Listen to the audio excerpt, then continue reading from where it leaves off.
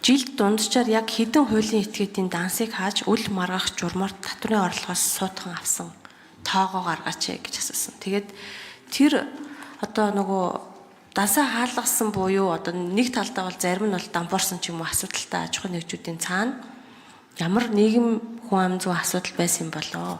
Тэр талаар ер нь та судалсан уу гэж бас асуусан.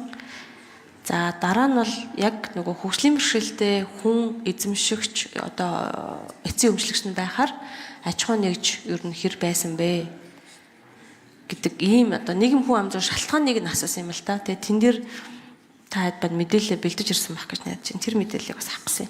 За дараа нь хуулийн төсөл дээр ингэж байгаа юм л да. Энэ хуулийн төсөлд одоо зааснаар татврын үүрийг гаргуулсны дараа татвар төлөгчийн банкн дахь дансанд ирээдүйд орж ирэх мөнгөн хөрөнгөөс үл маргах журмаар гаргуулах татврын үүрийн хэмжээ нь тухайн орлогын 80%-аас сэтэхгүй байна гэж заасан байна.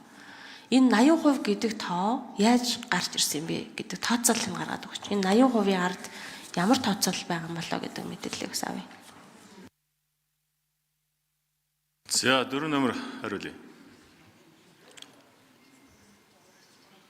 Та эдэн асуултуудаа асууж юу тэмдэглэж авч байгаа юм уу ер нь? Асуулт асуухал тэгээд хоорондоо яриад хэн хариулах вэ гэдэг. Дотроо ерхий газар зөвхөн за Саранчлон гишүүний асуултанд хариулъя.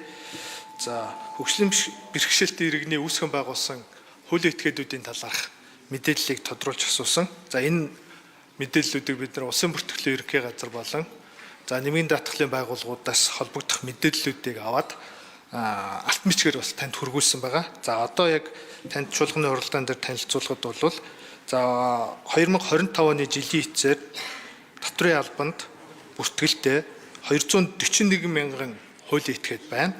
За үүнээс хөгжлийн бэрхшээлтэй иргэний үүсгэн байгуулсан альва хэлбэрээр хувьцаа эзэмсэж байгаа 13,329 хуулийн этгээд байна. За 13,229 хуулийн этгээдийг дотор нь хувь эзэмшлэр нь ангилж үзвэл өөрөөр хэлбэл 50 хүртэл хувийн хувьцаа эзэмшдэг хөгжлийн бэрхшээлтэй иргэн 50 хүртэл хувийг нь эзэмшдэг хуулийн этгээд 7,717 50-аас дээш хувийг нь хувьцааг эзэмшдэг хуулийн этгээд 5,612 гэсэн ийм статистик тоо мэдээ байна.